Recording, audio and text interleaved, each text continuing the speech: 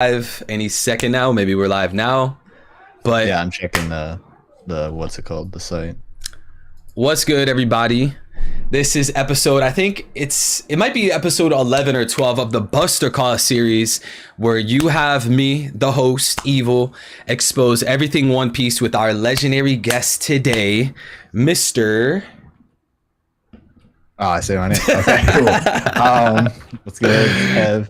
Kev Dog, Kev Dog. I get my name thrown around a lot, like not as many different names, so you know how it is. I mean, you especially know how it is because you get called Threevil, and Evil, so you also got the many different Edward Weevil.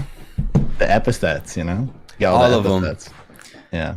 Yeah, so I'm happy to be here, happy to talk One Piece, and I'm excited to see all the people in the chat already. make sure you guys show some love to the boy. I got his link at the top of the stream chat. You guys already know what to do. I'm excited for this one, particularly because you're definitely someone I consider a theory guy. You had that one Vegapunk theory. I can never remember the professor's name, but he was from Godzilla, if I'm not mistaken. Yeah. And yes, I really enjoyed that. I thought that was really interesting, regardless if it's incorrect or false. Hey, you know, it's obviously false because he's Einstein, but hey, if he dies, if he like sacrifices himself, any of that like thematic stuff, I'm up, you know, because that's really all I wanted anyway. Besides, you know, being a loser and a fan of Godzilla. You know, so why don't you? And go on. Completely, we did see Godzilla in Egghead. Like we actually saw him in Egghead. So I'm saying I'm up. But what were we gonna say? We're gonna take the W's where we can. No, I was just gonna say though, if you could just let the chat know who you are, what is it you do, your ways of thinking and theories that you might have, like introduce yourself to my chat, man. I'm sure they want to learn more about you. Okay. Get the whole. It just lagged out. It's so sad how I wasn't lagging all day until now. I saw it immediately and I'm like, I see what's happening here. Let me do this. But anyway, now for the actual. But I got Lucian, you know, because I'm the mode of the milkmaid guy. I definitely got Lucian. So there we go. I'm a theory guy. I do a lot of streams for like every single chapter. You know, gotta be overly tinfoil hat and speculative in a series like One Piece, obviously. You know, but I think I've started realizing this is what I love to do in One Piece is to look back on old arcs, recontextualize them with information we have now, and make it seem as though there's something more to a lot of the arcs that we have, and using the knowledge of the past to get to where we're going to go to in the story now, which is obviously, that's kind of basic for theories, that part. But I like the recontextualization stuff a lot more. I think that's more of my bag that I really want to get into. I was telling Eddie before the stream, you know, the theory I'm working on right now, I'm not going to say it's my opus because I'm not like a, you know, super sold like, yo, this is it, this is gonna happen, but I'm very confident in it, and I think it's very fun and cool and like sort of real, you know. But basically, I'll just give you guys a little spiel. The reason I got into the fandom was because I'm a brain rot addicted One Piece fan like everyone else here, and we saw Big Mom do a Godzilla reference attack, and I'm like, all right, hold on, the Godzilla thing might be possible, let's go into this. Like, I've heard no one else say this ever, you know, I gotta put this out or else someone might figure it out. And hey, it didn't happen, but you know, the brain rot was so real and it was palpable, you know. So I had to put my voice out there, and now here I am talking with all you guys on the greatest website about the greatest series of all time. Facts, bro. Greatest series of all time. We should just pop our chest out when we say that, because I mean, like, what story has like this much depth? Like, you will literally go online for hours researching all these Wikipedia pages, be knee deep in Chrome tabs just to make a theory that falls apart. Like the amount of lore and like substance in the story is just insane. And on the topic of immense lore and substance, let's just jump straight into the theory talk, because this is gonna be a long running thing. Like I said, I see you as a theorist. I see you as what's the word I'm looking for? Someone that's like in your field, someone that's like in your class, what's the word like I'm a looking for? kindred spirit or whatever. Like, Sure, a kindred like that. spirit. Nah, but I like say, oh, colleague. I see you as a colleague, Okay. right? And you've been doing your thing for a while, and I want to be able to put you on my platform so that my subscribers know about you, so that they know I co-sign you, that I respect you, and I feel like you deserve You're it. saying I got the sauce. That's You what got you're the saying, sauce, bro. You got I the sauce. You got the drip. You got the Riz. Man, you got all that shit. Oh, thank you. But yeah, just to jump, I want to just jump straight into this, right? Garling. What is Kev's Okay. thought on Garling? Is he a cool character? Would it take too long? Is he gonna have a battle? Just go ham, bro. Who is Garling? Okay, so Garling's a character, you know, obviously he's the Maxonite meme guy, but realistically, I think he is the Garp parallel for Shanks. I think that's what he's got to be. Like, because this is something I love in One Piece, whenever Oda does this sort of inversions, parallels, you know, full circle moments. Oda's a master at this type of stuff. He always does it, right? And I consider, this is just a me thing, I don't know if anyone else considers it, but I consider Wano the Enies lobby of the post-time skip. That's what I've always considered it. And Onigashima is the, you know, obviously the Enies lobby with this massive war, every straw I gotta fight. You know, it just feels very like this is the moment.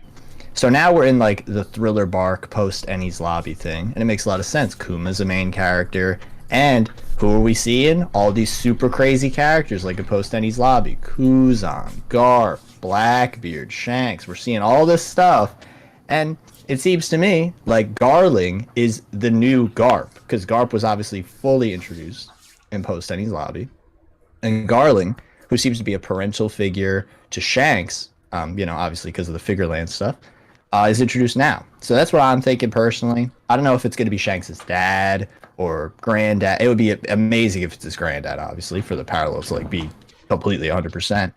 But I'm super excited for him, especially because of the God Valley possibility of him being there. If he was there, why is Shanks not with him in God Valley? You see what I mean? There's so much potential there, and I'm really excited to see what happens with him. Yeah, man, like me, and shout out to other creators. I know I'm not the only one that said this. I know what's his name, Joe Three Skull Theories was also pitching this, but there's been, I'm sure you heard of it, a long running theory that Shanks is from God Valley, Celestial Dragon, while Buggy is the son of Zebek. And this has just been something I've been pushing towards, trying to figure out for a very long time. And as you know, the story was developing. We got Film Red, we got One Piece Volume 4 Billion, and we learned that Shanks was a Figureland, and we learned that he was found as a baby at God Valley. So, you know, my outlook is like, damn, it's almost like my mega theory is crystallizing. Like half of it's true. I got the Shanks is from God Valley, and I got that Celestial Dragon blood. I'm just waiting on that other half of Buggy being the antithesis of Shanks, being he's the son of Roxy Zebek. Is that something you like? Is that something you dislike? I'm a big fan of the Buggy Zebek theory because obviously it would lead to Buggy decline. You know, I'm a Buggy stan. Buggy is my number 2 Let's in the whole go. series. Like Buggy is my guy. So I would love that. Personally, I'm more of a fan of Blackbeard Rocks. Obviously, I think the parallel's stronger, and that would still lead for the, you know, Blackbeard Shanks beef to be like even stronger. I feel, but obviously the Buggy Shanks, like they're always arguing, they're always fighting. That would be great as well. But what I'm hoping for with the Buggy Shanks stuff, because I love their dynamic, and especially because of Chapter 1082, we finally get the full reason why Buggy. I don't know. I don't think he really hates Shanks. I think he's like that parent. He's like, I'm disappointed in you, Shanks. I'm disappointed in you. And it's like, go to your room. Go to your room. I just think if Buggy is like the son of like Zebek or whatever, one, that'd be hilarious because obviously that would make Buggy and D. Buggy's so important. It would make him. I just love like Buggy is so interesting because like I like 100%. I loved Buggy ever since Impel Down. You know, he leveled up. He was super funny. But now it's like I want Buggy to be there like 100%. Like Buggy is a genuine threat. And I was saying this. I forget what chapter, but I was literally saying Buggy deserves respect. And now I think people are finally giving him the respect he deserves. So. Yeah, man, they have to respect him. He's a fucking emperor now. He's Exactly. a Yonko now, and you could be like, oh, but technically Buggy got lucky, bro. Fuck all that, bro. He's an emperor. He's a Yonko. And actually, we just got a super. Go on. Okay. I was gonna say about the buggy thing. I'm curious what you think about this really quick. Hear me out. Luffy made the cross guild. Because without Luffy's interactions, Buggy wouldn't be where he is right now. Mihawk wouldn't be where he is right now. And Crocodile absolutely wouldn't be where he is right now. Because think about it though. Think about it. Buggy chased Luffy to Logtown and then to the Grand Line, which re-inspired Buggy to be that guy. Mihawk would not be where he is without Zoro, and Luffy has Zoro on his crew. And Crocodile wouldn't have been defeated and then brought to Impel Down and then re-inspired to be something without Luffy. That's all I'm gonna say. The Cross Guild was made by Luffy. All I'm gonna say. So you're basically arguing that Luffy had his hands in the butterfly effect. Luffy created a domino effect. Yeah. I mean, you're not wrong. I mean, perfect. That the phrasing of that is perfect too, because I think Oda is like, he's a master of that stuff. The domino effect. It's like something that's so insignificant, and then like look where we are right now. Like I think, like I said before the call, I am in a Thriller Bark like brain rot right now, and all that is domino effect. Like Lola's Vivre card and Shisui. Like, how did we think we'd get here? How did we get here from that? It's just so cool to see. I mean, you're not wrong. That's all I could say. You're not wrong. He technically did cause all of those people to be in those places, especially Crocodile. But shout out to Partha with the 10. I'm curious to hear Kev's take on this. He said, the way it makes sense to me for Garling to be at God Valley without Shanks is if there's something about Shanks' heritage that would be a detriment to the Celestial Dragons. Maybe his mother was a slave. Ooh, that's kind of crazy. That's kind of crazy. Well, we know that Shanks was at God Valley. That's the thing. We know they were together. But the question is, how did they get separated? Were they separated on purpose? Now, what I'm thinking, I just thought about this right now because the mother was a slave thing. What if it's kind of like Sanji's backstory, where Shanks is seen as like the child that was like unwanted, or like the one that wasn't like official, like a bastard child or whatever, and like put to the side, and then Roger, he hid in the treasure chest. Well, that would be strange because Shanks was a baby, but somehow he was hidden in a treasure chest, maybe by Shanks's mom, and that's how he was able to escape. That could be pretty interesting. Yeah, one of the ways, exactly like how Kev said, we know that Shanks is on God Valley, like that conversation's kind of over. But one of the arguments that I was using back in the day to argue that Shanks was going to be from God Valley and that he was going to have celestial dragon blood and all that is I felt like Shanks was going to be hid into a treasure chest, just like how just like how Law was. And who was Law put into a treasure chest by? A celestial dragon named Corazon. And now look what happened. We know that Shanks is a Figureland. We know he's from God Valley, and we know he was in a treasure chest. So I think Oda's going to add like another step to it, another layer to it, where it's like they put Shanks in the chest because they were on their way dying. They were getting attacked. We know that Zebek was trying to destroy God Valley. So it would make a lot of sense to me if Shanks' mom, maybe she's just a celestial dragon, like a normal regular woman. She's like, oh my God, Roger and Zebek, they're killing everybody. They're destroying the island. Let me throw my son in the treasure chest. One thing led to another. Roger finds a chest.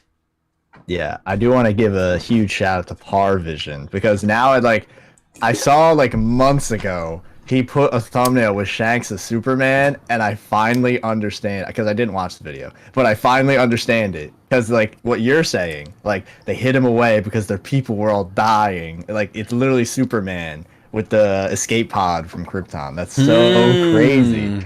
That's so crazy. I didn't even think of it like that. That's actually really cool. Shout out to Par. Yeah. Like I didn't even watch the video, but I'm just like, oh, I get it. I get it now, Yo, it's crazy, like thumbnails, especially for theories, bro, like it'll tell the whole story for you, or at least a big part of the story. I love when creators manage to pull that off with thumbnails. Like Dak Sake is crazy with it. Exactly. Shouts to Dak, And I do want to say on the Zebek thing, this is actually a perfect segue. So me and Dak, we were in the lab with the crocodile Zebek theory. Have you seen the crocodile Zebek theory? Yeah, he was messaging me before. Oh my God, it's so amazing. It's so amazing.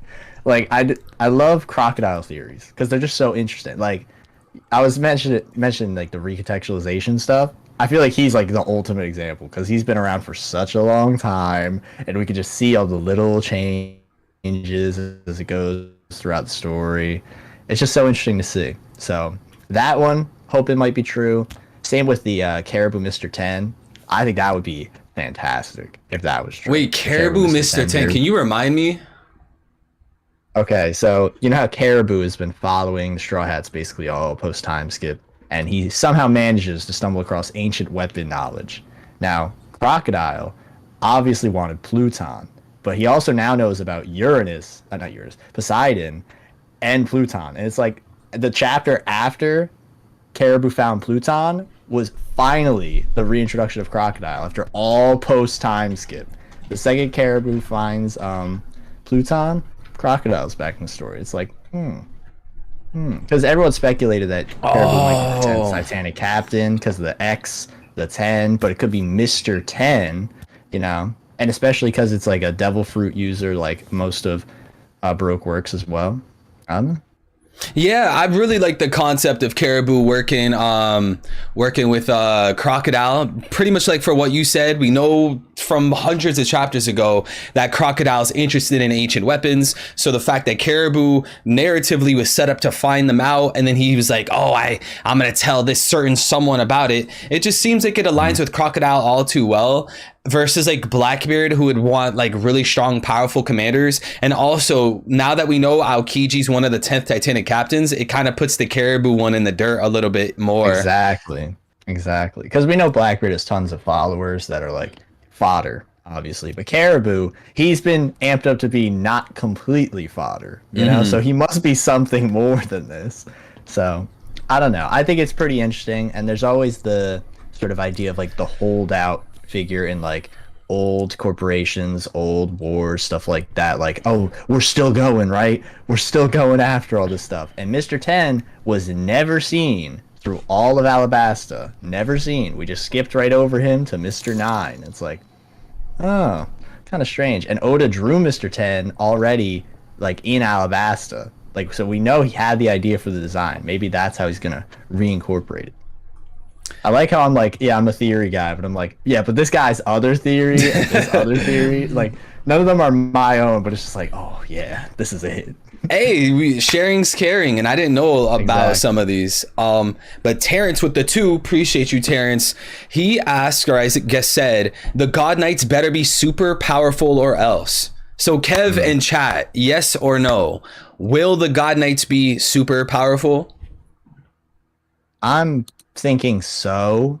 All right, so this is something I've been cooking up. I'm curious what you think about this, because you've probably heard at this point, but I am now considered like a Lucci Glazer for some reason for defending Lucci. Like, I don't know why. Apparently I'm a Lucci Glazer.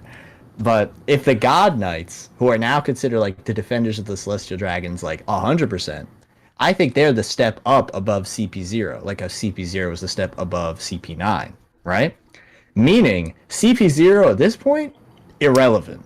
They are irrelevant. They could be thrown out of the story, and they're probably getting killed during the Buster Call on Egghead. Like, not literally. I'm saying, like, they probably don't care if they're killed. You know what I'm saying? So, I think they're definitely going to be strong, the God Knight characters. Whether the Straw Hats fight them, like, I don't know, like Usopp, Nami, you know, Frankie, Brook, like the not monster trio. You know, I could definitely see that happening. And it could also be maybe like the Revolutionary Army helps with that. Maybe like some members of Sword help with that. You know what I mean? Not like Luffy, Zoro, Sanji, you know, because they're probably going to get like Gorosei fights or whatever. Or Admirals. You know what I mean? So I definitely think they're going to be strong. But here's what I'm thinking. We've already seen Lucci and Luffy be forced to team up at this point. What if that lasts to the end of the story? Like, it's like a begrudging, like, oh, well, they're gonna throw me away, the guy they tortured their whole life. I'm just gonna kill him. You know, it's just like, I can definitely see that happening, like a Lucci and Kaku turnaround. We already seen Stussy turnaround, so I don't know. I could definitely see it happening. I mean, we could use Crocodile as an example. Throughout Marineford, we watched him save Ace's life. We watched him save Jinbei's life, and we also watched him save Luffy's life. And that was all begrudgingly, just like how you said. So there is a precedent for these characters that had like this deep hatred or even battles with Luffy to end up helping him one reason or another. Yeah, and maybe Lucci is the crocodile of the post time skip. Exactly. He has the full turnaround. Oh yeah. Oh yeah. But I do want to add something. You mentioned CP0 being useless. Bro, I 1000% agree. CP0 is a joke. I remember throughout Onigashima, One Piece fans tried telling me that Blue Scarf in CP0 was going to be Yonko level and that they were going to cause all these problems. Bro, they were such a letdown. Like, Blue Scarf was damn near one-shotted by X-Drake. Hey, X-Drake! X-Drake is fine. I'm not going to take any X-Drake slander. He's definitely Yonko Commander level. He's Okay, Yonko Commander level. 1, 2, 3, where? I don't know, like 2 or 3. Like 2 or 3. I don't know, man. You know, Mr. 3, he's the GOAT, of course, but he's a Yonko commander. Anyone can be a Yonko commander if they try hard enough. Anyone can be. It was so sad because like the fans were building up Blue Scarf and CP0 way too much. And like we see like a wounded, damn near dead X-Drake get up and almost one tap their leader. Like I saw that and I was like, you know what? Y'all are whack. Like, because let's be honest, bro. And you could be honest with me, Kev, and chat. Does anyone here have X-Drake in their top 30? Be honest. Strength wise, not at all. Not at all. I thought you meant like favorite character. I was about to be like, come on, bro. Nah. I'm talking straight. As a character, he's cool. Like I don't mind him, but I'm talking strength wise. He's a spy. Like, bro, he's like a little kid. Like, you know how Oda's like, oh, ninjas, robot. It's like X-Drake is like the ultimate of that. I swear to God, he's a dino spy, like pirate. Like, bro, he's just like a hodgepodge of crap. It's great. That's actually cool that you put it that way, because I wasn't looking at him like that, but that makes a lot of sense. He's like a collection of like if his daughter could have made up X-Drake on the spot. Like he'd be like, oh yeah, this is it, Dad. I want you to make this character. And Caleb with the 3 months, thank you so much, my boy. He said listening at work. Shout out to Kev D Milkmaid. Is that like a running joke? Is there lore behind that? I don't want that to be a thing.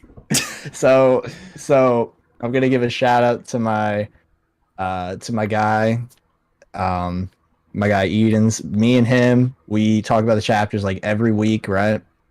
And what I would say, as soon as Lucia happened, and I said it in my reaction thing when I was doing reactions, like video reactions, not streams, and I said it's kind of interesting that Oda brought back like this island and this girl from the cover story with Sabo, the inheritor of Ace's fruit. It's like, that's kind of interesting.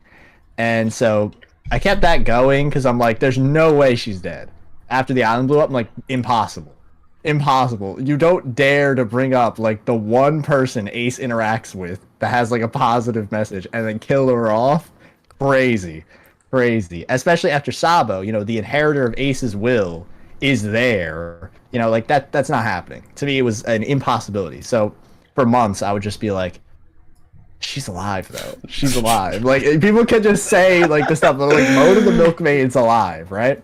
And so I had a recent theory about Egghead, about a bunch of stuff, talking about like the world government and the weapons they use and everything. And I said, if Mode of the Milkmaid isn't alive, the Revolutionary Army are a bunch of clowns. Like I literally just said that. It's like you can't save one girl, and it's because she showed up in when they introduced the captains or whatever, commanders, right?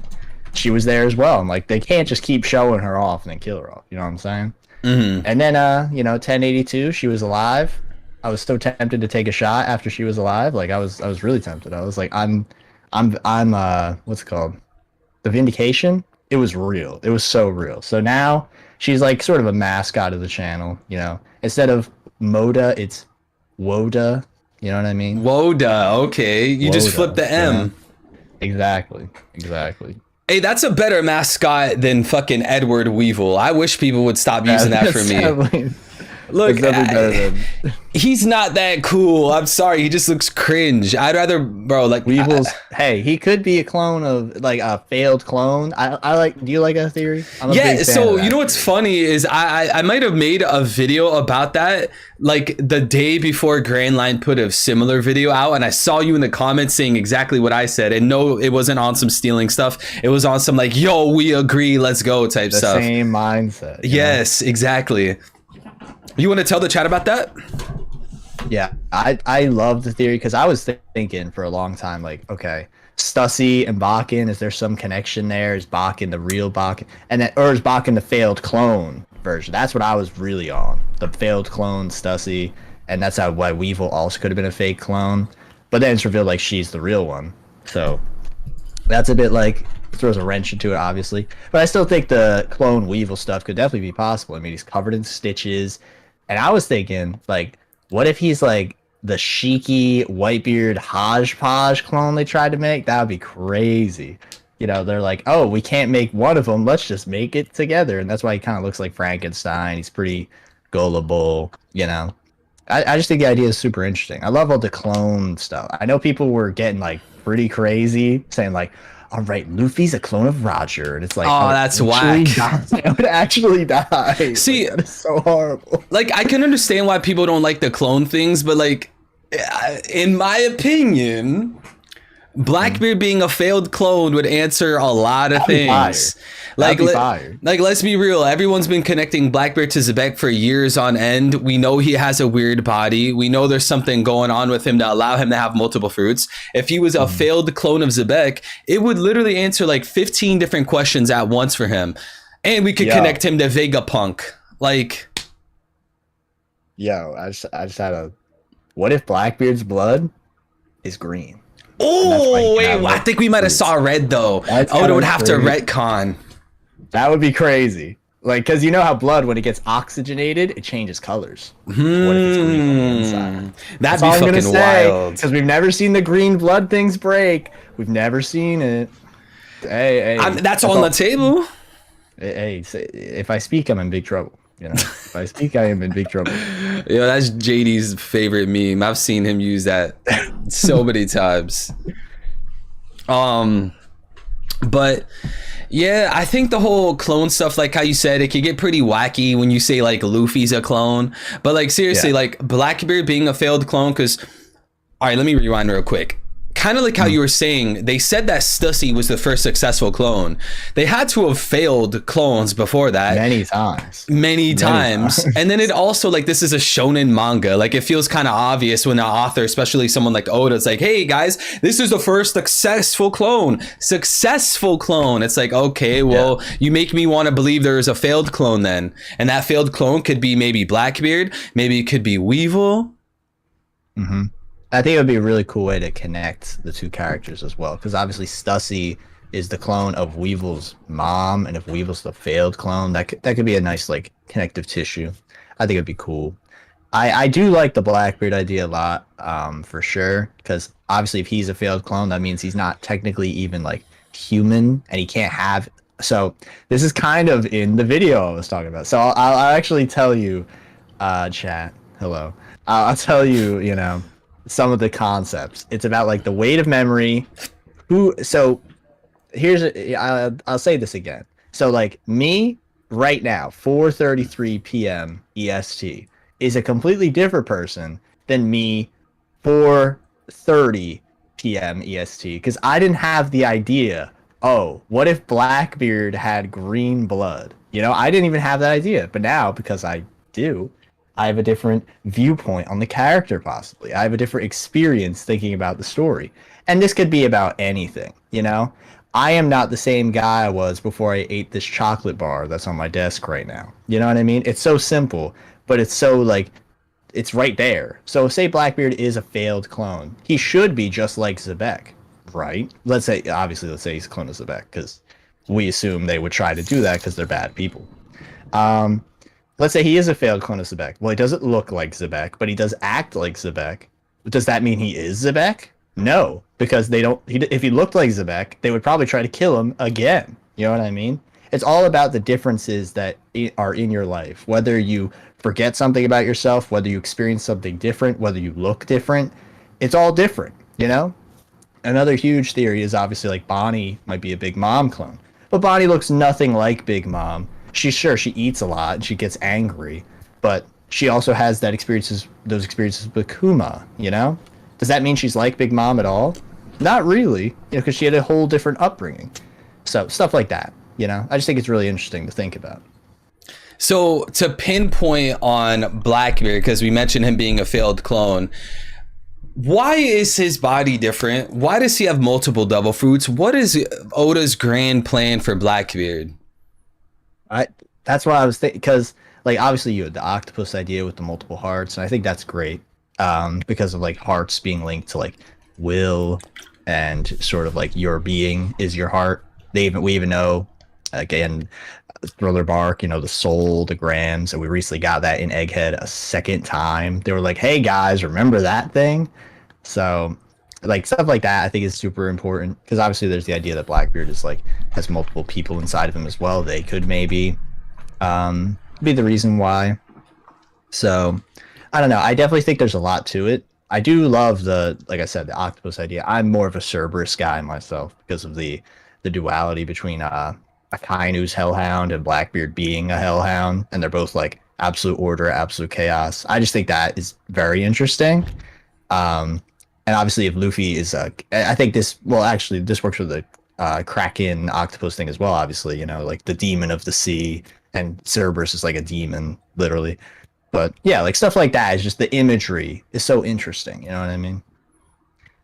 Yeah, and I could just picture like Luffy in his Gear 5 form fighting against a giant Cerberus. I think that looks so fucking cool. Even with my octopus bias, I still think it would be so cool, and I wouldn't be upset. Like, oh, I just noticed you got the box sets too. Let's go. I don't have box set one. I don't have box set one, sadly. I'm still waiting for that, but you know, I got the peak of the Water 7 box set and then the Marineford one pretty recently. So hey, I gotta flex real quick. I gotta flex. Can you see all four? I can see all four. Man, you don't even know. I had to go through hell and back to get these box sets, dude. You don't even know. I am fiending for the whole cake box set. I'm fiending, since that's one of my favorite arcs. I'm just like, come on. Waiting for that sale. But shout out to Benny with the 250. What's up, Vil, my man? Goat emoji, king emoji, king emoji. What's good, bro? Appreciate the love, man. We got the positivity, you know. Yo, they're mentioning Lao G's a Garp clone. Was that at a Reverie? I love that theory. Unironically, that is my favorite clone theory. Favorite clone theory. Because he's so crusty. It was hidden. It was hidden. I remember because he did the flipboard to get into the clone club. That was crazy. So funny. Oh my God. All right, so let's key in on Egghead. Are you on the boat or on the train that 1089's an Egghead chapter? Absolutely. I think Oda. I think Oda did this very well, because obviously he showed us like 10 chapters of some of the craziest thing we've ever seen in One Piece. You know what I mean? And then at the end of the Garp stuff, which was amazing, by the way, absolutely amazing.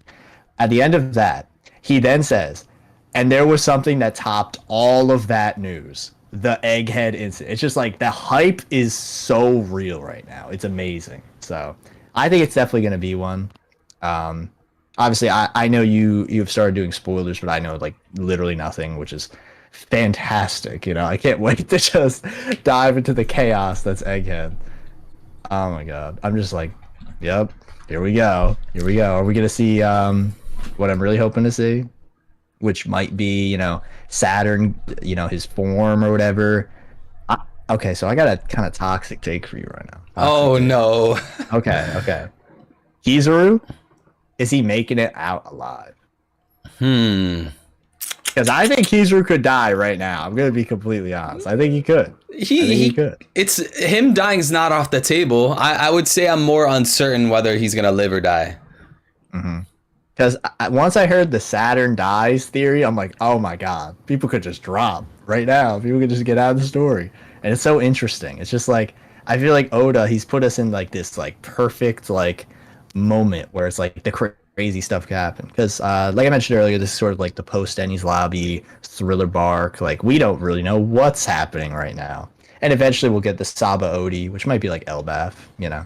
But this obviously has a lot of Saba Odie parallels. The memory bubbles, Bonnie's here, Kuma's here, you know. It seems like this is sort of a hodgepodge of all three. But I think there's a lot. Kizaru's obviously here, you know. Like there's a lot of stuff that ties this to that arc as well. And that arc obviously ended in this crazy tragic moment that was, you know, very, very important. And we saw like Shanks and Blackbeard did like a Saba Odie-esque narration box to Kid in Law, so it's definitely possible, and I'm very excited to see how bad things can get, you know? How bad are things gonna go? I'm still hoping for the Frankie Vegapunk moment though, most and foremost. If Vegapunk, you know, kicks the bucket, which I think he very likely will. I'm curious to see if anyone else does. So this is a question, obviously, to you, Kev, as well as the chat. We're hearing about how that there's going to be this legendary great event at Egghead that shocks the world, turns the world upside down, or whatever. In the eyes of Kev and in the eyes of chat, what is the headline gonna say in regards to Egghead? What does that headline look like?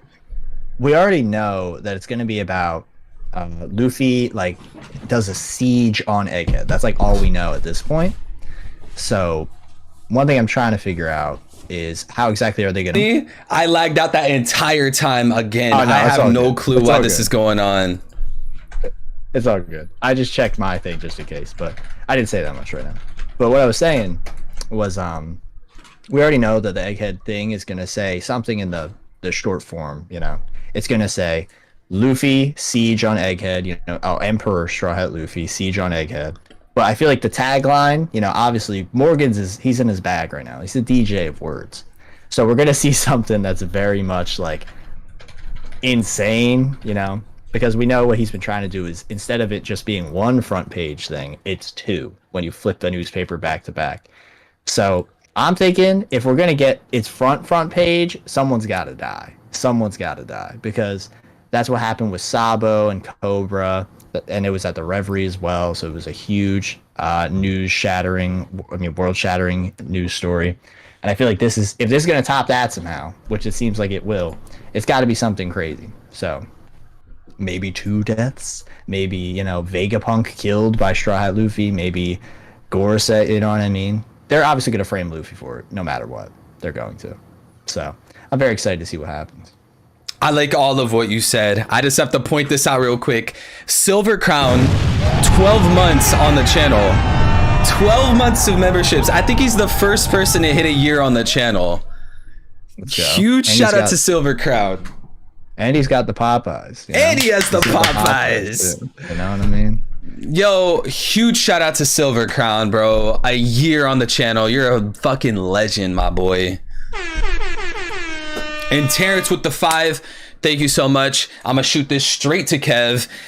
Terrence asked, or said, even if he fights Saturn, I need to see Gear 5 Luffy grab Kizaru in the middle of him traveling in light from just once. Oh, traveling in light form just once. That would be crazy because Kizaru, he definitely got Luffy some trauma. Like Luffy's not like a trauma guy except for Akainu where it's incredibly obvious like he's got baggage. But he was ready to kill Zoro. He was ready. You know what I mean? He was that was about to be it for Zoro. And that's why I always think like I know people are like, oh, Sanji's got to fight Kizaru and Zoro's got to fight Green Bull. I'm like, nah, Zoro's got to fight Kizaru. For me, that is the way. That has to happen just to show the growth, you know? But I love that idea because we know that Kizaru, he's going like Pikachu up B all over the level, you know. Pikachu up B. That was some real shit right there. It's just like he's Pikachu up B and all over the place.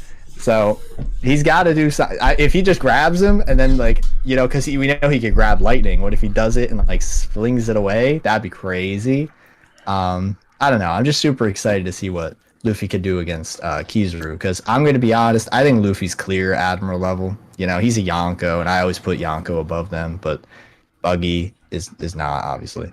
But, you know, I think he could definitely, you know, throw hands with Kizaru like 100%. So I'm excited to see that. If it happens, which I really, really hope it does, I'm very excited to see what happens.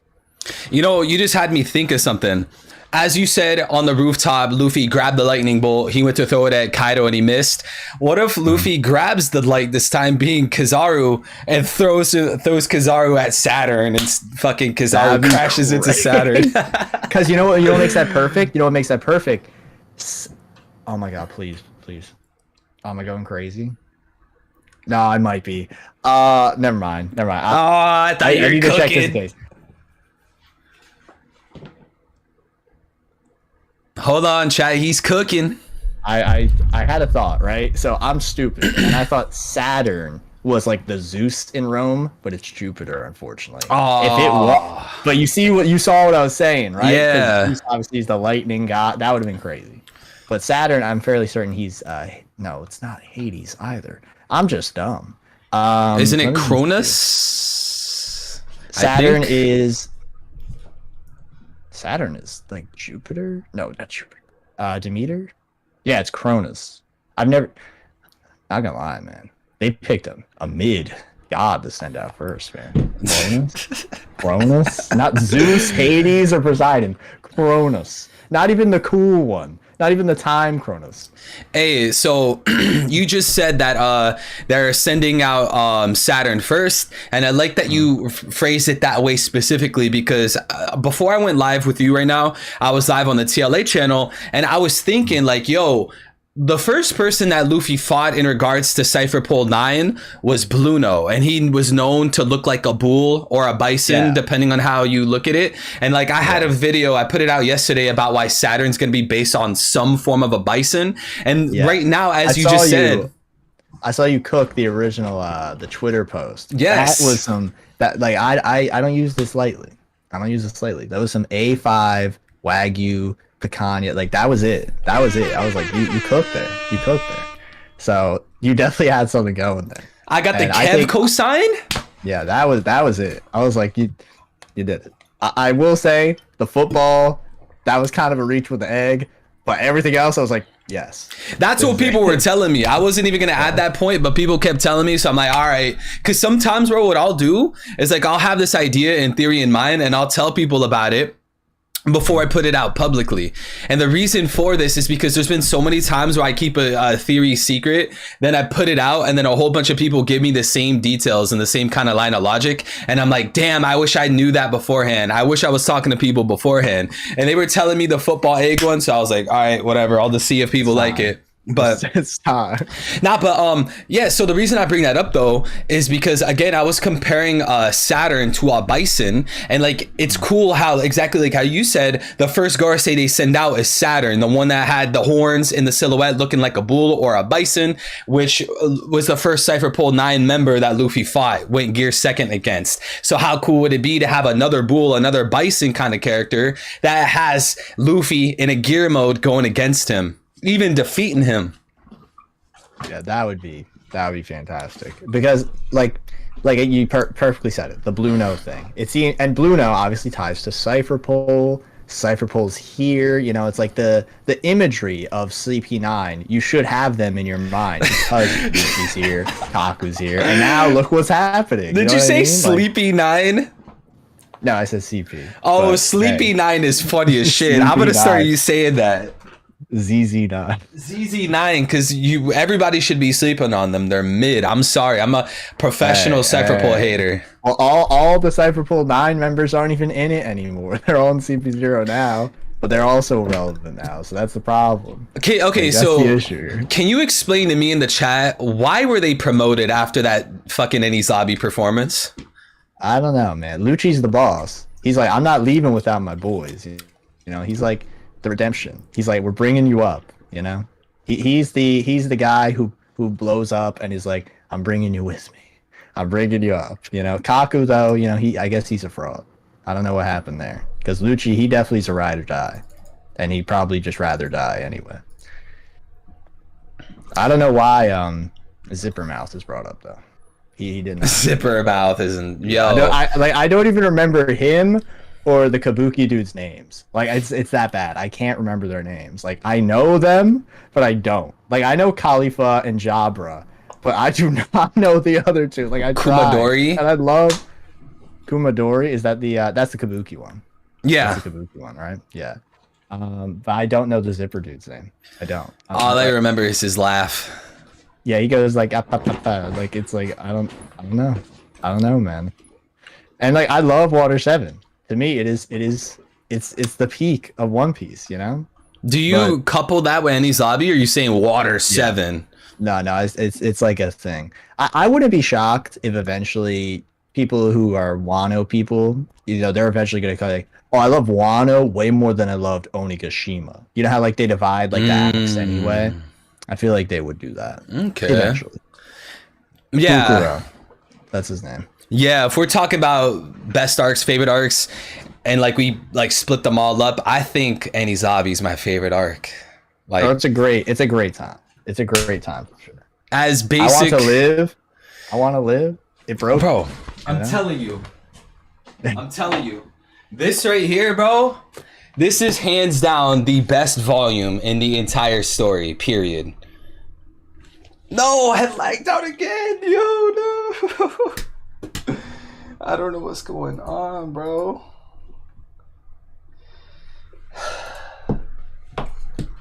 You know what? I think I know what it is. Stream. Let's see. Okay, I think the reason I'm lagging out, maybe it's because of my high bit rate, because like this is no, I can see you again.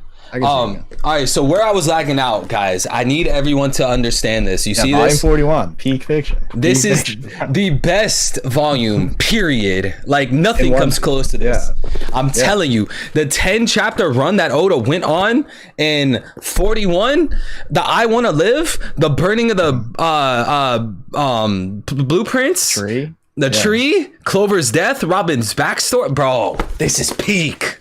Peak fiction. It's like, you know how peak it is? You know how peak it is, right? So I was reading One Piece before I watched it. Well, actually, no.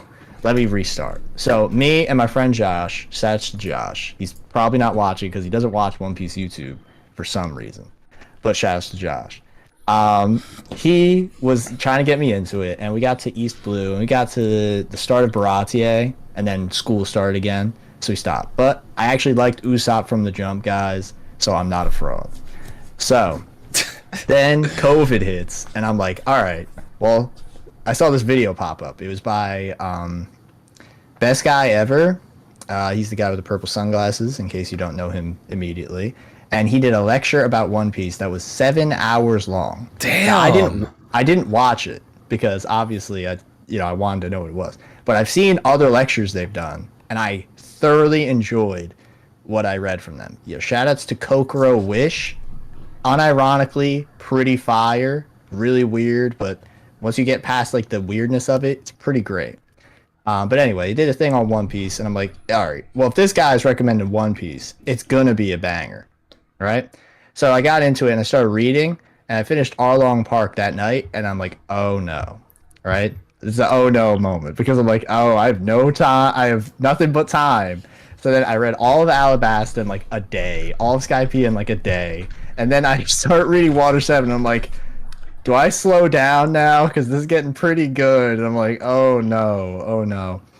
And then I get to I Want to Live, and I'm like, this is genuinely, like, I was sobbing. I was literally sobbing reading something. And I'm like, I need to watch the show to slow down. It's like, because people are like, One Piece is so long. And I'm like, screw that. Screw that. I want to slow the experience down. It's like, this is something I need to consume me, And yeah, that's why I Want to Live is like, to me, it's like one of the greatest moments like in anything I've ever seen. It changed the game. Man, when I was getting super pulled in and hooked onto One Piece, I read all of Alabasta in a day.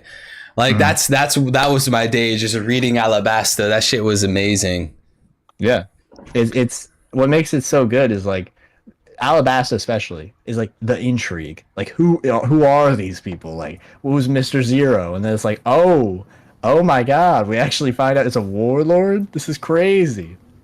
like it seems so small scale to us now, obviously. But back when we were reading it, it's like, oh, this is kind of crazy. They're fighting one of these guys already. You know, not this isn't like some super late game, whatever. Because this is the best thing about One Piece for me. I knew like nothing. I knew nothing. Like I knew I didn't even think about it. I knew the Ace thing, but I only knew it from a meme because Avengers Endgame was like popping off at the time, right? And do you remember the meme of Thanos with that edit? You know the one, right? Thanos with that one thing that's edited onto him, the big purple thing. Yes, yeah. Yes. And they had that go through Ace, and I didn't fit it together. I didn't put it together, and I'm just like, oh, I thought it was a meme. It happened, and I was like, oh damn, this is hurting a lot right now. But now when I think of Ace, I think of Thanos. So that's pretty miserable a lot of the time. But you know what? You live and you learn, you know? All right, so lately we've been getting a lot of like mysteries answered, and obviously when Oda answers stuff, he brings more questions. But this is again to obviously the chat and yourself. In terms of the remaining mysteries and remaining plot lines in the story, what are you most hyped for? Do you want to see Emu's face, Emu's backstory, the Rocks, Pirates, God Valley? What specific, particularly thing are you most excited for? Okay, this is gonna be well. I'm gonna be honest. I'm not sure how you feel about it, but for me, I kind of don't care what the One Piece is. Is that bad? Like it could be anything. Like I don't care what it is because I feel like here's what I want the One Piece to be. Right? I don't care like a specific thing. Right? I hope like Blackbeard and Luffy, they're both gonna get there, obviously, and Blackbeard sees all the gold that Roger left because we know he left it there. You know, that to him is the One Piece, Roger's treasure. But Luffy's gonna find something, like, I don't know, something completely irrelevant. Like, for example, Dak, you know, this is not irrelevant because obviously in Dak's theory it gives information. But, you know, an afro, that's not what people would think the One Piece is. But, like, something that is inconsequential, nondescript, inspecific, that's what Luffy's gonna find, and that will be the real One Piece. But I feel like the One Piece, this is gonna sound kind of cringe, but I don't really care. The One Piece is whatever you want it to be.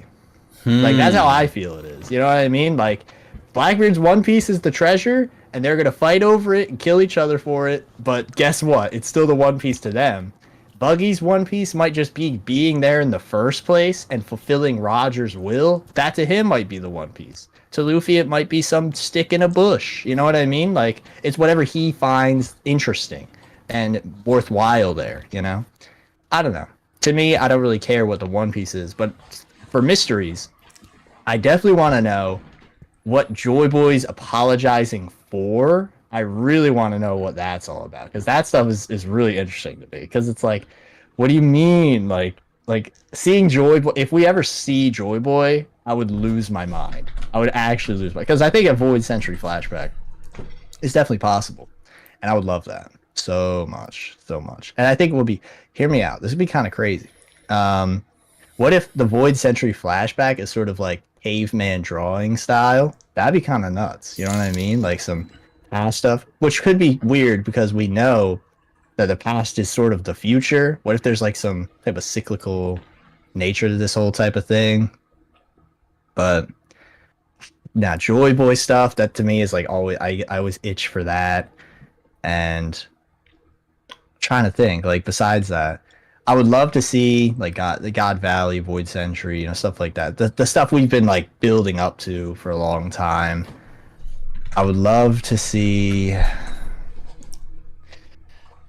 think. Yeah, I think it's got to definitely be like, what was Joy Boy apologizing? As in seeing the realizations of specific things we should know for such a long time, but now that we finally get the full context, we can fully get a bigger picture, you know. Just to toss in the super chat real quick because I want to see what you think about it. Shout out to Terrence, thank you. What do you think of the concept of a cosmic Logia? Like a space fruit, That'd be pretty fucking cool. Okay, so this is pretty interesting, because I'm wondering what you think about this, right? So, what do you think made devil fruits? Like just immediate. What do you think made devil fruits? Man, Because I feel like it's got to be one thing in specific, right? yeah, And, like, yeah. I have a video on this. I might remaster it, but I feel like in my heart of hearts, devil fruits might be coming from the Sunlight Tree Eve. That's the original source. very interesting. Very interesting. Because I think it's from the atom. That's very interesting. And so are we thinking the atom is the Elbaf tree? Is Yeah. that like we're thinking that? I think it's from that, right? And here's why. Here's why. It seems like they can't just find new devil fruits. It seems like they've just stopped being a thing in existence. And I think it's that tree because obviously everything on Elbaf is huge. What if the tree was so tall it went into space, and because there's no oxygen in space, it couldn't grow any more devil fruits?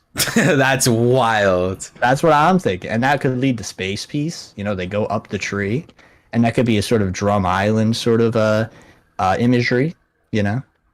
And we know Chopper, he was always stuck with all those big trees. I don't know. I think there's something there. That's really cool. I want to point this out before I forget.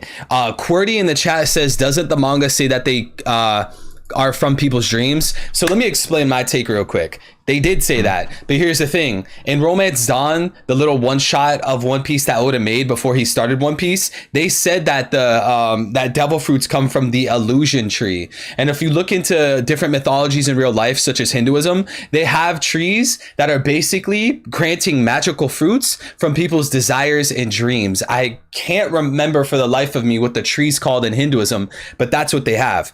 And if you think back to Calgara and Nolan's flashback, what did Calgara believe? That there were souls in trees, that the trees were living, they had their own beings inside of them. And I feel like that's going to connect to not only the future of One Piece with Sunlight Tree Eve, but it also connects to the Romance Dawn one shot where they explicitly said devil fruits come from the illusion tree. And I wish I could remember what the name of the tree is in Hinduism. Kalpruv Kush, something along the lines of that. It's literally granting magical fruits from people's wishes and desires. So like what I would imagine is that Imu wanted this devil fruit tree and wanted this immense power from the world, and Imu eradicated Joy Boy and the Ancient Kingdom to take control of this tree, and then Imu eventually moved to Marijua, had his whole kingdom there on top, like where the tip of the tree would be, Sunlight Tree Eve. And like every time people die, maybe they even sacrifice people's lives and souls, the fruit comes out of the tree. And once people eat it, it's kind of like Call of Duty, where like the original spawn point isn't the same spawn point as like when you respawn. You know what I mean? I love the fact that, like, it was so like mythology, and then out of nowhere, it's like a Call of Duty. Call of Duty. Yeah, because I was like, yeah. I have to give that comparison because like this is just like my opinion, but if you think about it in COD, like a lot of the times if you're playing team deathmatch, like you'll spawn on one end of the map, but the moment you die, you respawn like somewhere else. A different place. Exactly. So I think like devil fruits, if they come from the illusion tree or if they come from Sunlight Tree Eve, it would be similar, where they originate out of the tree, but once someone eats it, like they could just pop up wherever around the world. That's why Blackbeard was always holding the fruits on the back, like Burgess and Dressrosa. He's like, oh, it might be here, so I might as well have so many on me right now. I think that idea is great, and I'm really happy you brought up the sacrifice thing, because I remember in the Reverie, literally we had like the exact same sort of mindset on Mind that. rope. Pretty crazy. Yeah, because I think this might tie, you mentioned Calgara, which is perfect, because that's how I thought it was definitely going to be, like with them sacrificing his daughter. Like maybe they're like, oh, the soul goes to, you know, the spirit world or whatever, and Nola is happy. Well, not Nola, but you know what I'm talking about, the snake at the time. Like I definitely think there's something there, especially with the way, like, oh, the past is all about sacrificing and stuff. And Imu, he's from the past, so I could definitely see that being possible. But I do want to say, what makes that really interesting, I never knew about the tree stuff, but that must be why, like, Buddha, he was always under the tree, and that's how he was able to, like, help people. That's really interesting. If any mods can get the link to my devil fruit tree video, it's on the Evo Live channel. If you could get the link and put it in chat for people to watch afterwards, I'd be super grateful. That sounds super interesting. So I'm sorry, a second ago, you the very, very, very last thing you said. It was like Buddha, he's under the tree. Or Buddha's under the tree. The sack. Yeah, because you said something. It sparked a thought in me. I'll probably remember at some point. So Queen Lily, right? What are your thoughts on her? Did she have Kuma's fruit? Is she like a parallel of Vivi? Yeah, I've seen like, that. I've seen that idea so much. Yeah, I'm on the hard Vivi parallel because for me, Emu and Luffy are huge parallels for me. Emu, I will just highly push this. This is the same theory. I mentioned this a bit earlier about Egghead, and I think that there's a definite strong Emu Luffy parallel. Luffy's like the dream, and Emu's like the nightmare, and that's why Luffy will bring the sun to end the nightmare type stuff.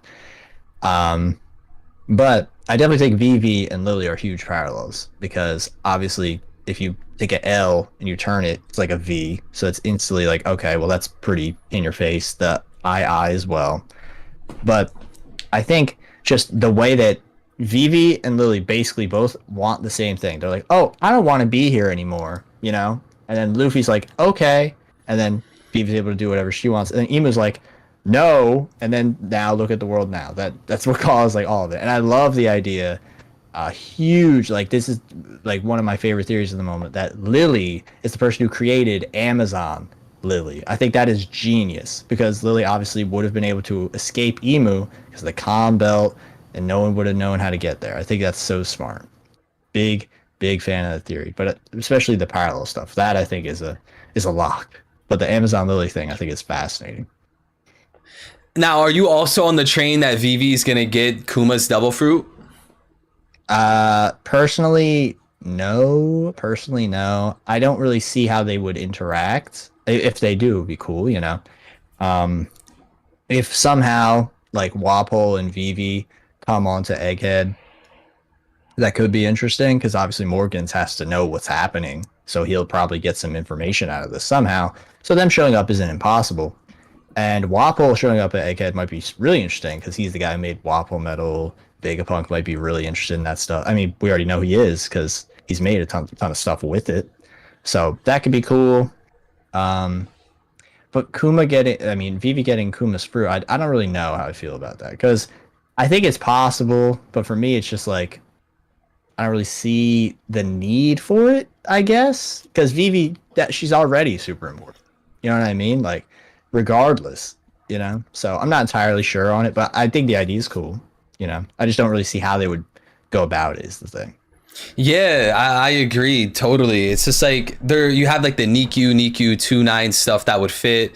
And then like obviously there's that theory that Queen Lily spread the poneglyphs through the use of Kuma's devil fruit. But just like how you pitched it, it's like we know Kuma's going to Marijois right now. Vivi and Wapol already left, so like how are they gonna cross paths? You know, I don't really think Vivi's gonna want to go back to Marijois, and it would be kind of weird if Kuma went to Egghead. So yeah, I'm not really sure how the interaction would work, and I was hoping you would give me an answer for that, but yeah, it's just like I don't really know is the thing. I was like, the idea is cool, but for me, I'm just like, I need more. You know what I mean? Like the pot again. You did bring up the 2-9 stuff, which is obviously a big devil fruit theme for One Piece, so that would be cool as well. And that would also mean 11 and 11 straw hats because Vivi, you know, people not counting Karoo as a straw hat though, kind of disgusting to me. You know, Karoo is definitely a member of the straw hat crew. All right, is Zeus a member then? Nah. Zeus didn't get an X on his arm. Zeus did not get an X on his arm. Karoo did. Hey, if you want, Brook didn't get an X on his arm. Oh, the Brook was later. Brook was later. All right, but so what's it called? I do love the idea, obviously, of Vivi joining back. I think that's a must for the story. So I'm hopeful to see how that turns out, and you know, hoping Karoo comes back as well. I saw this really great. This is completely unrelated now, but I saw this really great fan art. I'm gonna send it later when I can because it was so wholesome. But yeah, Vivi coming back, need that in my life. Need that. Oh, so, I did see real quick before I forget, Greg F saying maybe even because she loved Joy Boy. I'm a big fan of that idea. I'm a big fan. And I'm not like I don't ship Luffy and Vivi. I just don't. But I'm saying like the bond, the caring about each other. That I think is super important. Super. Yeah, she helped Luffy become a better leader, a better captain. Exactly. So again, towards everyone in chat as well as Kev, what is that hat that Emu visited? What's that all about? The hat is that is one of those. Okay, that never mind. Forget what I said about the mystery stuff. The hat might be the biggest one because I'm just like, what is the hat? I'm gonna give a shout out to Preach. Marshall D. Preach with the oars theory. Big fan of that. Like the hat could have been oars because we know Ace and Little Oars Jr. He made the big like Wano hats. I know that sounds like stupid that I'm saying it like that, but that's what they called it. So I don't sound like an insane person. But yeah, like stuff like that I think is pretty cool, seeing the like through lines, because everyone thought Ace was going to be Joy Boy. Everyone thought Ace was going to be the Pirate King. Everyone thought that. And if we're seeing Ace as like a surrogate for like, oh, this is what Joy Boy could be, and we're seeing Oars with the hat, it's like, what if, you know what I mean? What if there's something there? But as the hat as a whole, I remember so many people were like, the hat's Uranus or whatever. The hat is, like I said, a part of like the old Joy Boy. I have no clue. I'm super excited to see how it goes. Like for me, I am more leaning to like the old Joy Boy's hat. I think that's just really cool, and seeing that sort of imagery resonate throughout time, I think is something Oda does a lot, and I think it's really cool. Like how the sun, speaking of the sun, like the sun being like everywhere for some reason. Alabasta has it. The Fishman obviously used it. Sun God Nika, like these images sort of go throughout time in the One Piece world. They sort of reverberate and echo through history. And that's what I think is so interesting, that Emu tried to hide the hat for some reason. Like the hat is so important that it's like, oh, we can't hide the sun thing, but we'll hide the hat. And now Luffy, he's not only making the hat his thing, but now the hat is like everywhere. Remember, like all the kids in Fishman Island have these hats now. Every single one. And now like the name Straw Hat Luffy is like a feared name in the world. Roger had the hat, then Shanks, then Luffy. You see what I mean? The legacy of these sort of objects. I personally think it's just like the old Joy Boy had the hat. That's what I lean to the most. I don't think if it's Uranus though, that's crazy, because I'm just gonna say, if someone could please, I'm not gonna shill pointlessly. If someone could link the Egghead theory, it's like the first thing if you check my channel. If someone could link it, it's like all about Uranus. It's about Egghead. It's about like a bunch of stuff. Like, and so I'm gonna go insane if I just keep saying like, oh yeah, in this thing, because it's like it feels like fringe. You know what I mean? Nah. It's all good. We are here to celebrate you. I'm gonna find it actually. Yeah, it is a, I would say, certified banger. I would say certified banger. So you said, let me see, the Egghead. Oh, One Piece's final saga is inspired. Are you talking about this other one? Yeah, the Legend of Zelda one. Yeah. Oh, yes. I watched this already. Yeah, I left a like too. This is the one with the Emu, Luffy parallel. I talk about Uranus. Uranus is a whale, by the way, guys. Don't worry about that. We'll get to that in the video. You know what I mean? Like, don't worry about it. Don't worry. I can just say Uranus is a whale, and I just drop it. Like, if Dak can say Pluton's a mole, why can't I just say Uranus is a whale? You know? Blackbeard's an octopus. Exactly. We'll just go with all the animals. And think about this: humans aren't even humans; they're monkey minks. You know, everything's an animal already in One Piece, so screw it. Screw it. You know what I mean? All right, the golden question: where is Laugh Tale? Oh my god. Okay, so Laugh Tale, I was a huge fan of the moon theory. Do you remember the Laugh Tale moon theory? Yeah. About like they go back up Reverse Mountain and shoot up on like a knock up stream and go to space or whatever. That to me, because of the big sake lyrics, they kind of allude to you have to hold your breath to get there. So I was a huge fan of the Laugh Tale space theory, especially because it's like you have to wait for a specific time to get there, and then it's like gone. But with the reveal of like holograms and stuff, and we know that, you know, holograms aren't actually a thing that's in the present, they were also a thing in the past. I think it's definitely possible that Laugh Tale could just be right on the ocean in front of everyone, but no one can see it. And it's sort of like the One Piece isn't real until you believe it's real. You know what I mean? And that's why when And that's kind of like devil fruits as well. You don't believe they're a thing until you you believe in them, and then they exist, you know? And I think that would actually be perfect for it, because no one believed in the One Piece. Well, not no one, but many people didn't. Like people like Bellamy and lots of other people, obviously. And they gave up, like Crocodile, Moria. You know, they were just like lazy and did nothing. But now Whitebeard, you know, one of the guys said, "Oh yeah, the One Piece is real," and now everyone's like, "Oh, it's real now. Okay, let's go, let's find it." So if it was this thing that's like intangible, you know, for a lot of people, like whether it's through holograms, whether it's under the sea, whether it's in space or whatever, you know, now that people believe in it, they're like, "Oh, we're gonna find it. It's gonna be a real thing," and that's what I think is so interesting, because there are so many places that are like impossible to get to seemingly in One Piece. Whether it is like Fishman Island, where you need coding to get to, or in the Calm Belt, where you need a specific thing on your ship to get to. I think Laugh Tale will be just like that, you know? It'll be like, it'll be there, but it won't be easy to access unless you have some sort of awareness, some hints, and the hints could easily be the poneglyphs, you know what I mean? That's how you know where it is. And that's what I think is so like amazing about it, because obviously, you know, pirate stuff, it's always X marks the spot, and it's like, okay, well, the stuff where the X is, there's nothing there when you get there, but you either have to dig down or look around or, you know, think about it, and then you'll find it. And I think Laugh Tale is going to be exactly like that. Are you aware of the Hollow Earth theory? Mm-hmm. The Laugh Tale being at the center of the Earth, because that's okay. My take on it. I mean, here's the thing, right? Here's the thing. We look at the One Piece world. We got the red line, and we got the grand line. What's that?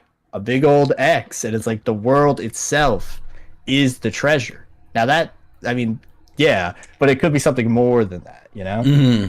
Because I definitely think Oda is trying to do that. Like the world itself is the treasure. The One Piece is the journey of the world and the people. Like that, I think is definitely true. You know what I mean? Because like this story is a treasure.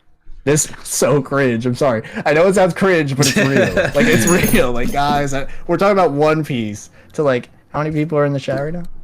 To 41 people, and it's just like, look, guys, we're here because we love this crap. You know what I mean? And I think that's definitely true. Like, you know, the experiences we've gone through from the story, whether it be, you know, losing our minds to volume 41, like we said earlier, you know, the greatest, well, I don't know if I'll say the greatest, you know, there could definitely be greater in the future, but one of the greatest for sure. Like, this story has impacted not just us, but the world itself. One Piece is one of the best-selling things on the planet, not just like anything, things, you know what I mean? Like, that's crazy. That's crazy. Like, it's a holiday. There's a One Piece holiday. That's pretty wild. That's insane. Like, and this thing isn't even 30 years old, and there's a holiday for it. Like, it's insane to think about, like, the legacy that Oda has left on this world, you know? And I think as a result of that, you know, him inspiring so many people is going to allow them to inspire other people, and so on, and so on, and so on. And I'm going to give another shout out to Par, but also to King Recon, because they did a stream a few months ago, and they said something that was really interesting to me. They said Shanks is what Oda it used to be Luffy, right? Oda used to be the up and comer on the scene. He used to be that guy, but now he's Shanks. He's the guy who passes on the will. And instead of Oda being Luffy at the start, we are now Luffy, you know? And we're the ones with our own desires, our own imagination. We can do anything, you know? And I think that's very powerful when it comes to like being a writer, especially, you know, because Oda, he already has the legacy. He's already one of the guys, you know? He's like Toriyama tier. He's like, you know what I mean? Like he's one of the guys. And now he's trying to inspire not just, you know, us super fans, but like everyone to like do what you want to do, whether it's to create your own thing or just see the world or meet people or talk. And like one of my favorite quotes he's ever said, and he said, One Piece is so amazing because it gives you an excuse to talk to people. That's real. That is so real. Like, that is pretty deep. People don't realize it. People don't realize how important that is. But yeah, I don't know. But the treasure itself in the center of the earth, Awesome. I know that got kind of on a tangent about like how the story is the treasure and how the story, but I mean, hey, that's true too. I invite The all One the Piece, like I tangents. said, the One Piece could be anything. The One Piece could be anything, and the story itself is a treasure in itself. You know. We got a super chat from Tyler Adams. Appreciate you, Tyler. He said connection with Orz's triple skull belt and Blackbeard's flag. Oh, I love that. I'm a huge fan of that because there is the idea, like say Oars was Joy Boy, right? And Blackbeard and Moria obviously have very similar powers. Very, very similar powers. What if Blackbeard tries to like manipulate like the past? You know, obviously he's a historian and he's connected to Zebek, the man who wanted to become king of the world. If that hat in Marie Joie somehow does have connections to Joy Boy, would Blackbeard be able to use the past Joy Boy in a way and manipulate it? I think that would be amazing to see. And the hat was also in a frozen area, just like Oars, who was piloted by Moria. You know what I mean? I think there's really something there. I think it's super interesting. We got Par in the chat. A big Par. I was just gassing you up. Somebody in gassing you up. Somebody in chat was saying, "Yo, they're talking trash about you." Wow. We were gassing him up. Wow. I was gassing Par up. I was saying like, Par, I was talking about that stream where you talk about how Oda is like the Shanks, but for writers. It was awesome, bro. You also mentioned his Superman thumbnail, right? I did. I said I didn't even watch the video, but I picked up on I picked up what he was putting down without even needing to see the video, because just the way we were talking about Shanks and his possibilities of God Valley, you know, it's so crazy. You know, art can do that to you. You don't even need to. You don't get it at first, but you might. You know. Super like, Shanks. Super Shanks. You know what I'm saying? Like what's Superman? Is it Kal-El? That's Superman's real name? I don't remember, man. I don't know. I'm watching the Adult Swim Superman show, and they keep calling him Clark, and I'm like, what's his real name? I forget. Kent Clark. No, Clark Kent's his like human name, but I know he's got like a Krypton name. That's what I'm saying. New show is fire, by the way. Let me gush for like seconds. Superman show, pretty good. I'm not even a DC guy, but I'm just enjoying it. So high recommend. You know, a cute, fun show. There you go. New Live. Okay. This is a good one. I want to see what you think about this. New Live says, or New Live. No, it's probably New Live. What do you think is happening to Moria and Perona? So I'm a big fan of what's it called? The way that like they're returning to the story. I had the lucky opportunity or whatever, talked to the guys at the Volume 1 podcast a few days ago, and we were literally talking about this, which is pretty cool. And they were saying, what if Moria is getting like swole? You know what I mean? Remember when Kaido and Moria were beefing, and he was pretty good looking in regards to not looking like an onion. So what if Moria is like actually gonna look cool? You know what I mean? That would be kind of crazy. Moria actually looking cool and doing something. And that could be like, again, that's another like Luffy changed this man to be better. I mean, he literally has. Absalom was taken, and he's like, I'm not losing my crew again. And look, I don't know. This is another like Luffy changed the game moment for all these characters. I'm hoping, you know, this is obviously a pretty huge theory in the community, but Moria joins Cross Guild. Huge fan of that theory, especially because Mihawk and Perona, you know, they're tight. They're tight, so I could easily see Moria sliding into that equation. And if that's the case, I don't know if you've ever seen it, but like there was a row of panels, and it was literally Buggy, Croc, Mihawk, Moria, and Doflamingo. It's like if all 5 of them join and all 5 of them were at Roger's execution, that's gonna hit. That is gonna hit. Yo, I have a video on this, and I think it's really underrated. Law joining Cross Guild. I'm a huge fan of that theory as well. Very, very big fan, because the Seraphim Doflamingo showing up to attack Cross Guild, I think makes it even better. I think it makes it way better. And if I'm not seen them. Go on. Ferguson? We've seen them. Yeah, we've seen what's it called? In a lot of, I know this is gonna sound like a reach a little, but in a lot of the movies, Law works with characters like Crocodile, like Mihawk. Like they're constantly like interacting, and we know Oda tests like some of the stuff in the story in the movies. Like Strong World is like all Wano for like not foreshadowing, but like a Wano-esque thing that's happening. So it's like I could definitely see the possibility of him joining, especially because no one would expect it, and he was also a warlord, so I could definitely see that connection there as well. Yeah, it's just like I feel like with Law, there's like no shot that he decides to give up on his dream. Like I don't care that he lost like fodder on his crew, that he lost his ship. Like I cannot see him like, especially after Onigashima, where he had the Corazon flashback and he was thinking about the checkered fate. How is he gonna the very next arc be like, oh, you know what? Maybe I shouldn't, find out the checkered fate. Maybe I should say fuck you to Corazon. Yeah, like, he's like, yeah, I want to know the will of D. I want to know the truth of the world. But he's like, but I lost. So that's why he needs like a metaphorical vehicle to find out what the will of D is and the checkered fate. And I don't think it has to be Luffy again. We already had that for hundreds of chapters at this point. I think it's much more fitting for it to be cross-skilled. When you couple that with things like being a warlord, things like them losing their crew and them needing to form some kind of alliance for a bigger goal, it seems like it fits him. And like he's always been known to build alliances with pirates. That was the big theme behind Punk Hazard. And the whole point of cross-skilled is this a pirate alliance. And if I'm not mistaken, isn't Empty Bluffs in the New World? It is, yeah. So hey, I mean, for all we know, Empty Bluffs could be somewhat close to Winter Island, Definitely.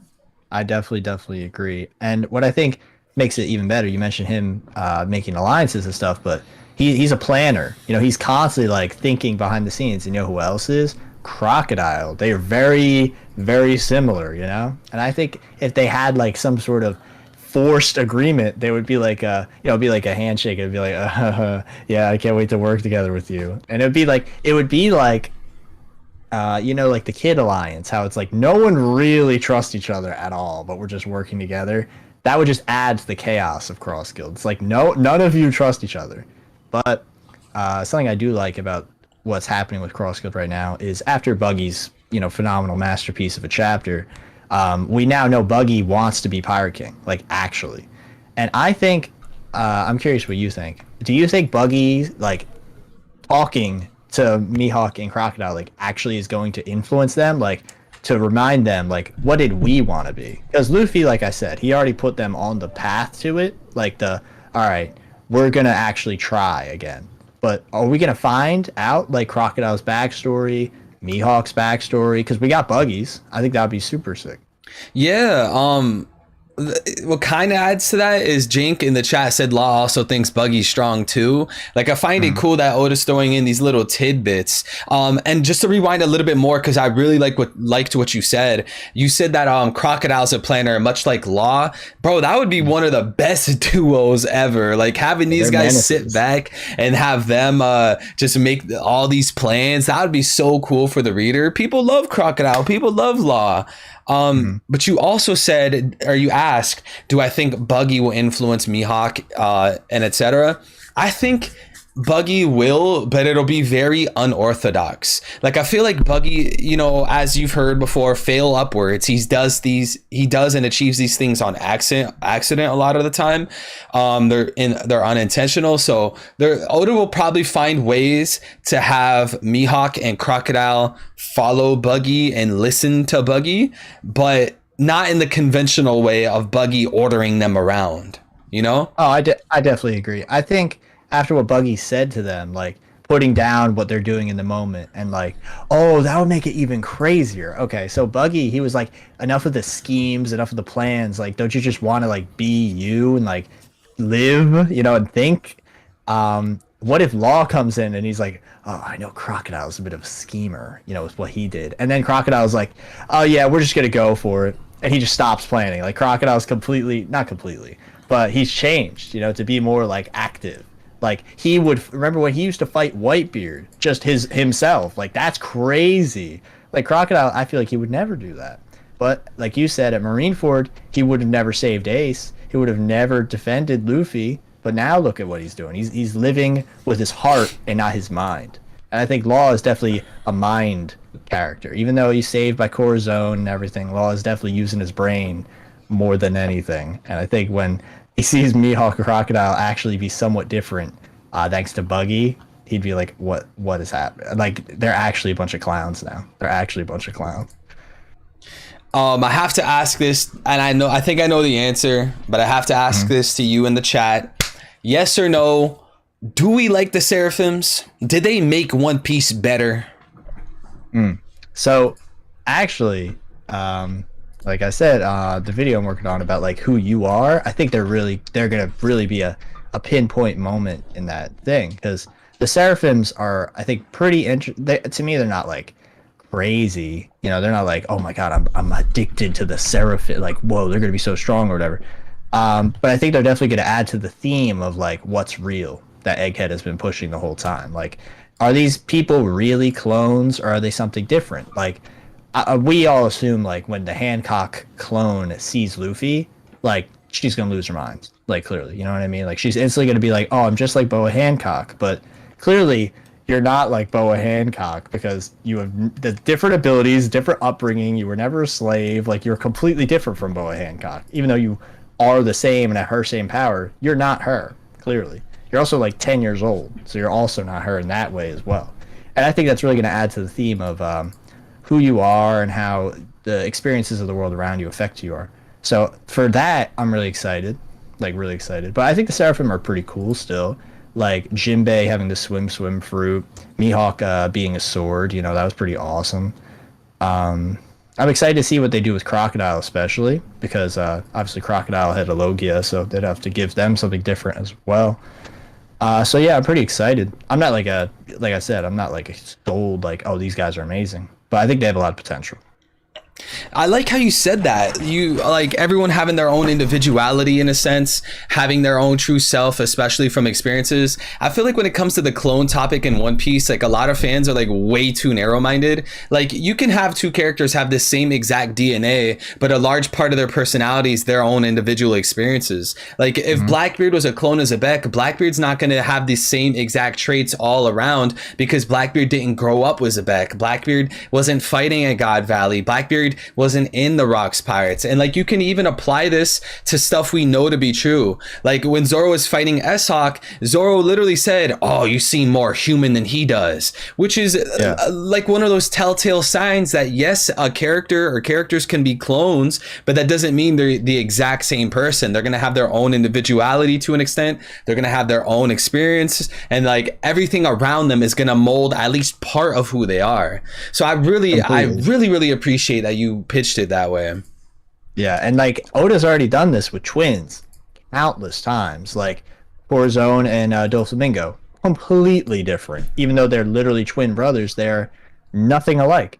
And I think another great example is Chiffon and Lola. Like, even though they look basically completely the same, Lola has a completely different life than Chiffon. Big Mom hates Lola. Lola is seen as like this completely terrible person for wanting to just do what she wants to do. And another great point is like when Big Mom took Chiffon to Loki, Loki instantly was like, oh, that's not her. You're a completely different person. Like, stuff like that is so just interesting to me. I remember when I was pretty young, I was very hyper fixated on this whole like clone idea. So it's a big part of the way I view the world. Like, I was thinking like, oh, what if like there was like two of me, but like I had a different hairstyle? Would that be the same person? Yeah, I don't know. Something so insignificant could be so much to someone, you know? Definitely. And I appreciate that Oda gave Zoro that dialogue. Oda made Zoro tell S-Hawk, wow, you're more human than he is. That's crazy that Zoro would say that if we believe that S-Hawk and Mihawk are the exact same. Why would Zoro even say that then? It would just be going against the story. Yeah, and that's what I find what makes it especially interesting is obviously like Mihawk trained Zoro for 2 years, you know what I mean? And the fact he's like, you're more human than he is, like, Zoro, you've probably interacted with him countless times, like, and you're saying he's still like an inhuman like monster? That's crazy. It's just it's so interesting. And obviously he could be talking about like strength, you know? Yeah. But just the fact he said that in the first place, it raises so many questions and allows us to think like, why did he say that? What does that mean? You know, that's the power of One Piece. It's the power of One Piece. Shout out to Gum Gum Yonko with the 5. Thank you so much. They said, I think Crocodile might have his actual devil fruit. And wait, no. I think Crocodile might have his actual fruit. He said it was hard to replicate, not impossible, which means he's done it before. But for the green blood, we only know they're paramecia. That's the thing. And we know the crocodile has the green blood things. And I mean, if he does have the sand fruit, that would be awesome. Like, don't get me wrong. That would be pretty awesome. But I think if that's the case, then why didn't, like, well, no.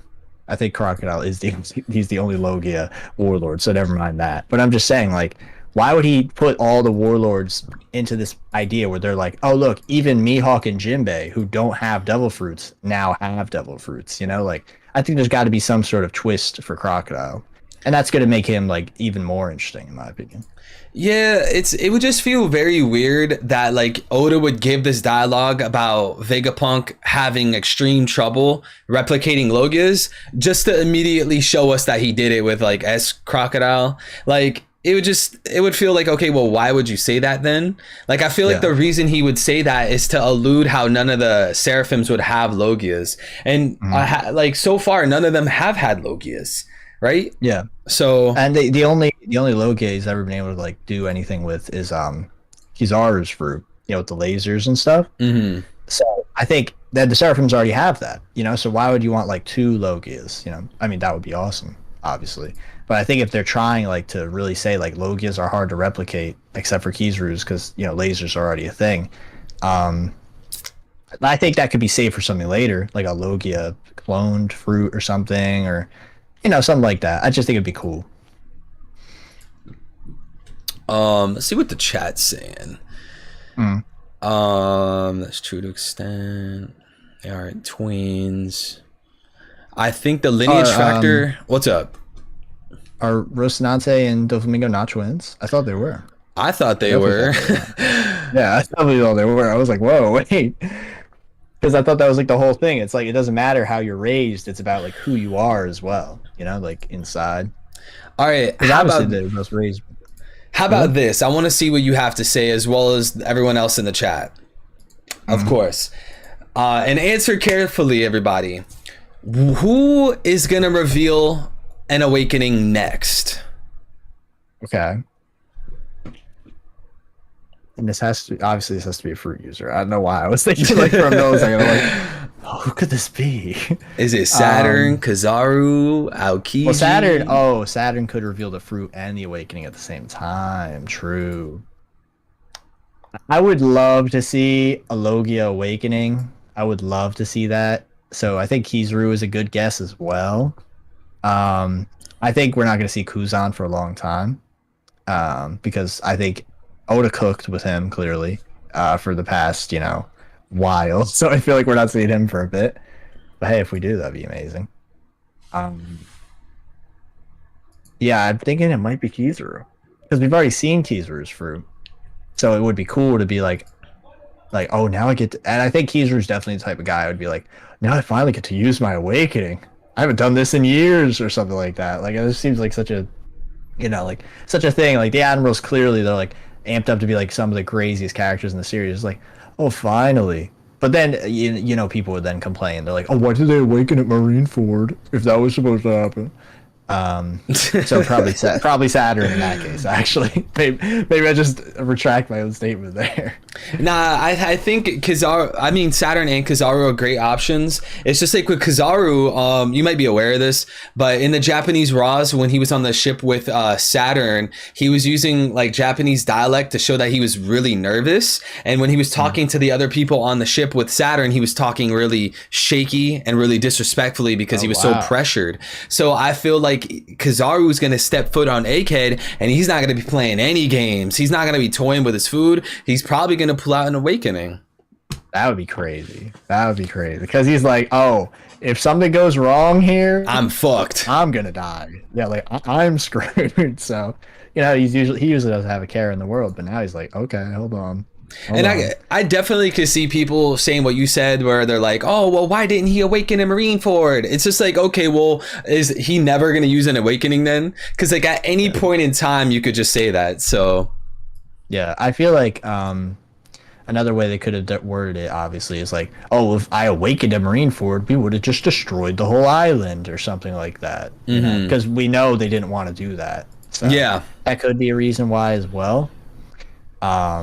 So yeah, I could definitely see it going either way. I think if Saturn awakens immediately too, it would make him super imposing because it's like at least with Lucy and Kaku, you know, we already know what they're up to. We already seen them a lot of the time. We had a whole arc with them, but with Saturn, it's like we barely know this guy, and now he's awakened his fruit, and we don't even know what his fruit is. You know, I mean, we'll probably find out at the same time, but you get what I'm saying. And Ohime made a good point. They didn't have to use it. Like, bro, if you really pull out the magnifying glass, the pirate side of Marineford got destroyed. Like, they didn't even definitely. send out Gorosei. They barely even used the warlords, if you really think about it. Like, Mihawk didn't go all out. So that's a great point right there. There was no real need to. I feel like a lot of times, like, One Piece fans can like kind of be meatheads where they want all these characters to fight everybody and go all out. Like, this is like a living, breathing world. We don't need Mihawk fighting to the death every single person around the world. We don't need the Kizaru going immediately into awakening mode at Sabaody. Like, I feel like people kind of drag these things at times, you know? Yeah, because like especially at Sabaody, like Luffy and all of them are like no disrespect to the goat, but they're a joke compared to like Whitebeard. You know what I mean? Like they're not gonna take them seriously. They don't even have a billion, let alone four. Like there's a severe like difference in like how much they should put the effort in. You know, because of like the legacy and whatever. It's like I love comparing like One Piece bounties to like celebrities and stuff. It's like imagine you got like Brad Pitt, you know, like one of the guys, you know what I mean? And then you got like I don't know, Roderick from Diary of a Wimpy Kid. You know what I mean? Like there's a severe difference in like and to be fair, I know I did hear Roderick wasn't Oppenheimer, so you know he's leveling up. Oh, I still need to so. watch that, Yeah. man. My boy's been fucking spamming me every day about it. Wait, Yeah, I'm it's assuming just- you watched it? I have not yet. I do want to see it though. I do want to see it. One of my favorite actors from one of my favorite shows, he actually is in it, and he's from Norway, I think. And it's just like this movie's so crazy. It's just got like everyone. But the celebrity thing is what I'm saying. It's like the scale of like the impact they have on the world is like, do I even need to awaken? Like this dude, who knows this guy? No shade to Roderick, obviously. We all know Roderick, but I'm just saying like Brad Pitt is Brad Pitt. So now that we're talking about actors, you already know where this is heading into. Yeah, of course, the admirals and all that. You know what I'm saying? More specifically, the live action. Okay. Oh, even better. Okay, I thought we were going to. Okay, cool. You love it? You hate it? You indifferent? I'm a fan. I'm a fan. You know, for me, if it's good or bad, you know, I hope it's good. Honestly, it doesn't really matter. You know, because One Piece is gas anyway. You know, we're 1,000 chapters deep into this. We're never gonna stop until it's over. You know what I mean? So I think regardless, it's gonna bring people in. People are gonna get into it. I know people who have saw the first trailer and were like, "That looked pretty cool." I saw a comment. It was like, "Oh yeah, I watched the first trailer. Now I'm on chapter like 236." It's just like imagine you saw the first trailer, the one people considered bad, and then you got that far in. Like, and this trailer, I'd say the second one was great. I thought the second trailer was really, really great. So I think I have hope. You know, I'm gonna show people. I'm gonna be like, hey, look, guys, the show that I'm obsessed with is finally like a show you can watch. So I'm excited.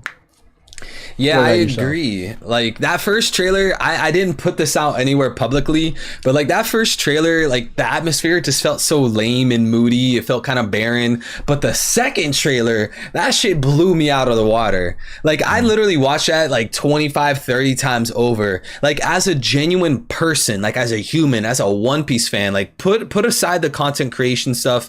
As a fan, I absolutely love the second trailer, and I cannot wait for this live action to kick off. I'm gonna be watching it. Oh, definitely. For me, I think there were so many things in that trailer I just loved. You know, obviously Buggy looked amazing. I loved all they were doing with his like new like circus tent sort of thing they're doing in Orangetown. That's gonna look amazing. Arlong Park looked great. it actually looked like a theme park with like signs and stuff. That was super cool. I know a lot of people saying Arlong looks bad. I do not agree. I think he looks pretty good. Like, I don't know. He doesn't look bad, so I don't think he looks like he doesn't look stupid, so he doesn't look bad. To me, it's like he actually looks kind of like Arlong, and that's good enough for me. But like some of them, like Kurobi, looked identical, and I was just like, oh my god, you got a fishman to look like a fishman in One Piece. Crazy. Yeah, man. A lot of the castings and like a lot of the designs to me, I felt like they were so good. Like when I saw the Kobe, I was like, yo, they pulled it Looks off. just like Well, Kobe. same thing Yeah. when I saw Nami. I was like, oh, that actually looks good. Like I'm surprised that they're pulling off some of these designs and things so well. And another example, before the night before the trailer dropped or hours before, I guess it doesn't really matter when, I was talking to someone and I was like, hey, do you think they're going to have that scene where Luffy kicked his foot up through the top of Yeah, Arlong they Park actually and slammed are. it down? That's gonna be And then I crazy. saw it hours later and I was like, yo, that's so lit, bro. Like I was hoping that they Yeah. would add that. I think that's gonna be insane because like the Gatling looked pretty good in my opinion, and if that looked pretty good, I can't wait to see like all the less effort like CGI stuff. The other things too, like I thought Roger looked great. I thought Mihawk looked great. Like Mihawk looked like literally, he had the way I keep describing it is like the Hunger Games beard. Have you ever watched the Hunger Games back in the day? Like how they had all the weird facial hair going on in those movies. Yes, I watched like the first 3 of them. I don't know how many there are. Yeah, and it's just like they got the Hunger Games people. It looks like to do Mihawk. Like the facial hair is clean, so it's just like I can't believe how like good it actually looks. And like seeing all the little things obviously was nice. Like I'm not gonna say like, oh my god, Foxy's in it, so saved. Like no, I'm not gonna be that guy. But I'm excited to see how it goes down. And I think the scene that has me the most interested is it seems like they added a scene with Zoro and he's like, "You're my captain till I die," ever. And I'm like, Yeah, I'm gonna get a new Wi-Fi service. I can't take this anymore. "Yeah, I mean, I could hear you for that time." It was just like, "Oh, okay." Okay. No, I was thinking it's probably post Mihawk, and I'm excited to see the baggage, the Zoro baggage. Need that, so I'm excited to see it. Yeah, I didn't actually. Maybe I just didn't question it, but I didn't pick up on that scene of Zoro saying that. Yeah, it was completely new. That's why I was just like, "Oh, okay, this looks pretty interesting." I think. What do you think about Arlong being at the Baratie? I think that's pretty interesting as well. I see. I don't mind them kind of twisting the story in certain ways. I just want it to feel obvious and understood that they're trying to do their own thing, that they're even trying to make their own universe. Like I don't necessarily feel like they have to follow the story one to one, But I don't want them like ruining characters at the same time. Like I want them to depict Buggy correctly at least. I want Arlong to be menacing at first. I want Luffy to be that goofy kid that's not the most deep person. I don't want to be too nitpicky, I don't want to be too critical. No, I definitely agree. Like I know a lot of people like obviously it's like, oh, the book was better than the movie. Like that's a huge complaint. But I think what they're doing isn't that bad. I mean, like Luffy, I think feels like Luffy, which is very important. You know what I mean? Like a lot of the people in the cast feel like they are from just this little bit, obviously. But I definitely get what you're saying. Like especially with like Buggy and Arlong. Like Arlong, I think he looks pretty good. I know a lot of people don't, but I think he looks pretty good. And I think if he's introduced even earlier, he'll be even more menacing, which is pretty interesting. And with Buggy, I see what I'm worried about with Buggy is like obviously I get bad vibes. I'm like, oh god, I'm picturing like Jared Leto Joker. I'm like, please no, please no. Jared Leto. Yeah, that's insane. Yeah, it's just like I don't need Buggy to have a damage tattoo on his forehead. Like I need Buggy to be Buggy. There's a difference here. Oh, Because it's an no. American show, clown, villain. I'm just expecting like some rip-off Joker type beat. It's like, no, this is Buggy, okay? This is him. He's not Joker, he's Buggy. I feel like So I'm just hopeful. I feel like I'm the only person that doesn't actually care how tall Arlong is. Do you? Oh, I don't care at all. Cause like if Arlong is meant to be like, I don't know how tall he is in the normal manga, probably like what 10 foot or something like that, because you know how One Piece is. Like, if Arlong's that tall already, how are they going to get to characters like Doflamingo, who isn't even that far away? Like, that's what I'm saying. Because, like, people obviously are going to say Big Mom and Kaido, but, like, Doflamingo and Kuma are soon. You know, and isn't Garp super tall as well? Garp looks like a normal guy. No one's complaining there. Like, I don't know. To me, the height stuff isn't really going to matter because a lot of people are going to instantly get like, oh God, what's happening? Why is there a 30-foot woman right in front of me? Like, obviously, if they get there, they probably won't mind. But like at the beginning, it's like, look, these are just people, and Arlong looking incredibly different already gets the vibe across that Oda wanted with the fishmen are different than humans, therefore the fishmen are dangerous until we get that inversion later, obviously. So I think he still gets the point across without him being super tall. And he still is. I mean, he's as tall as a door frame. That's pretty tall, you know what I mean? Like, yeah. Yeah, I feel like they're like something like Doflamingo is a much bigger stretch compared to Arlong, because you have that scene where Luffy and Doflamingo are like kicking each other to like stop Law or whatever. Like that is a moment where they could easily have the camera in a certain point of view, and they could even force perspective. They could even use CGI in that moment, because that's like an actual specific moment, like in an iconic moment, versus Arlong, where like no one ever really talked about how tall he was until the live action became a thing. Like it, to me, it just feels a little forced. It feels nitpicky, but maybe that's just me.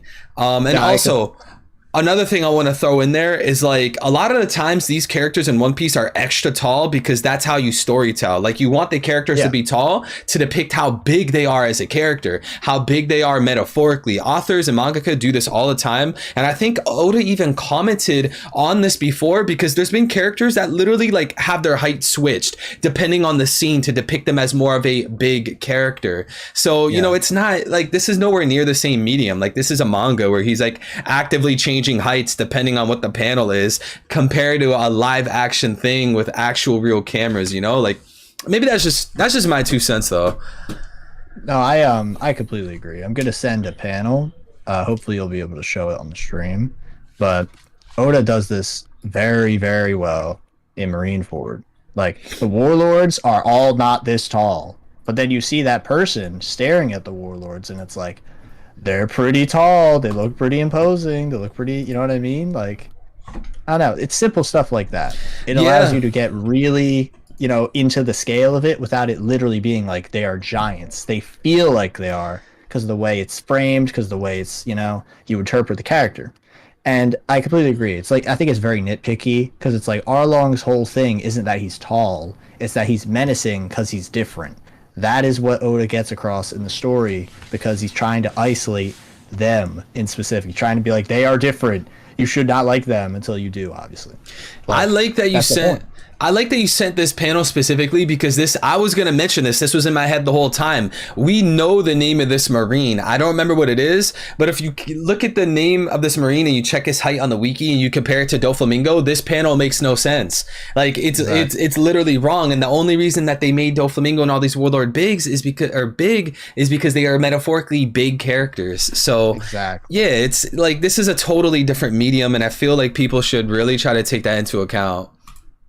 Yeah, it's all about like the impact of the characters, you know what I mean? Like I feel like Buggy obviously isn't a big character, but Buggy, he's able to fly, he's able to cut himself up. Like that alone is already like, hold up, Buggy's kind of crazy. You know, he doesn't need to be tall to be very imposing to a new watcher. And same could be said for like Garp. Like Garp is right next to Roger on the execution stand, but none of these other Marines are. Oh, this Garp guy is probably really important. You know what I mean? Like it's as simple as that. You don't need them to literally be like as tall as this house. You know what I mean? Like there's just a difference. So I totally agree. But Greg in the chat, he a few minutes ago said he was worried about live action Chopper. What do you guys think about that? What do you think about that, Kev? Live action Chopper, is it gonna be banger or is it gonna be fucking trash? So I'm a bit skeptical on Chopper. Obviously, CGI has come a long way.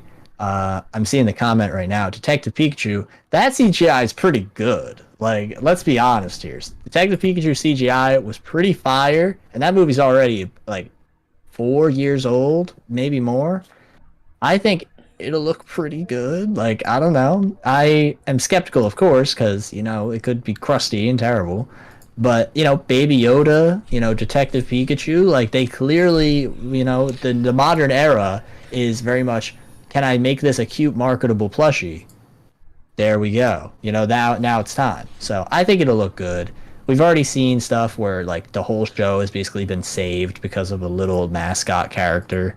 So I can definitely see it looking good. And if it does look good, One Piece is gonna explode. One Piece is gonna be so big if Chopper it becomes popular. And I mean, it already will be. It'll be a meme regardless, because people are gonna nitpick and say it looks like trash.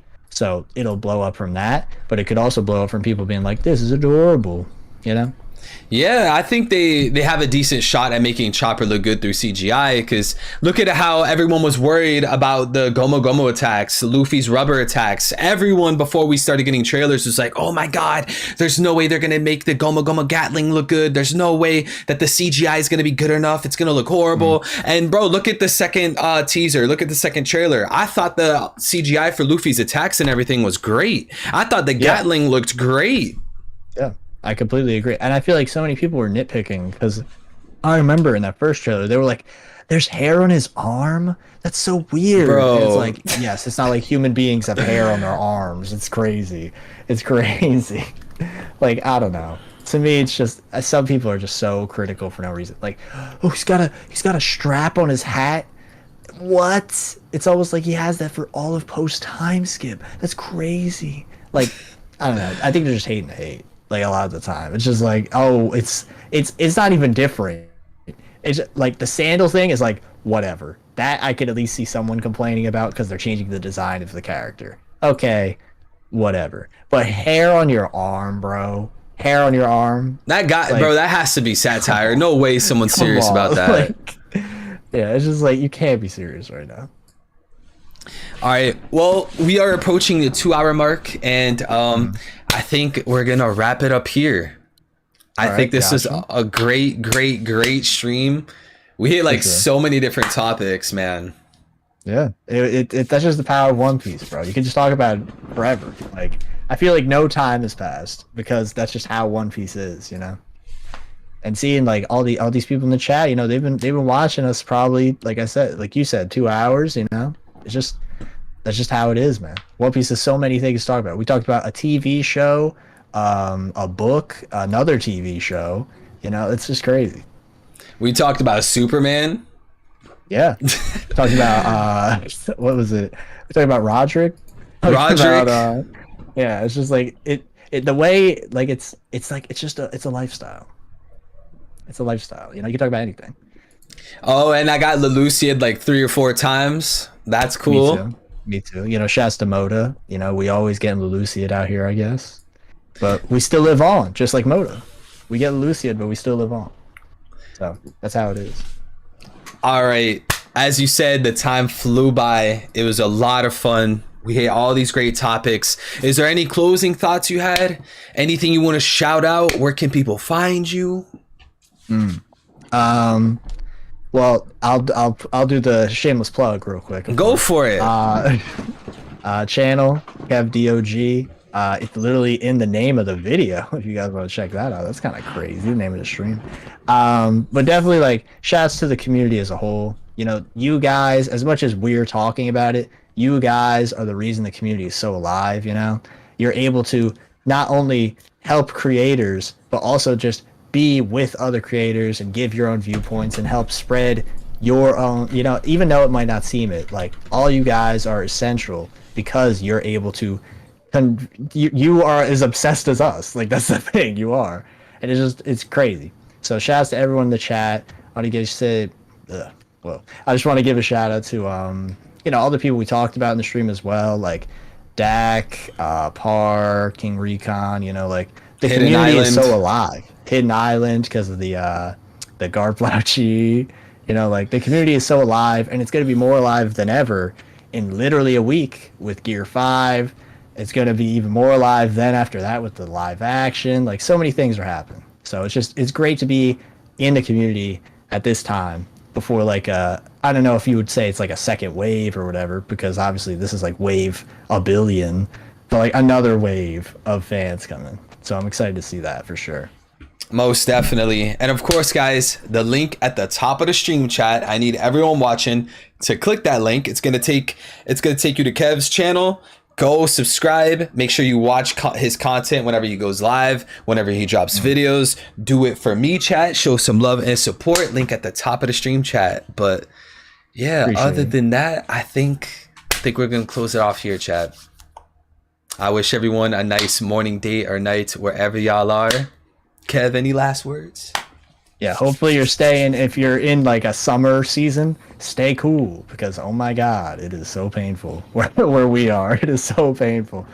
Hopefully you got some egghead style drip on. You know, you're getting breathable clothes. You're staying cool. And if you're in winter, good luck. You know, that's also terrible. You know, we need a spring and fall. We need a spring and fall. That'd be nice.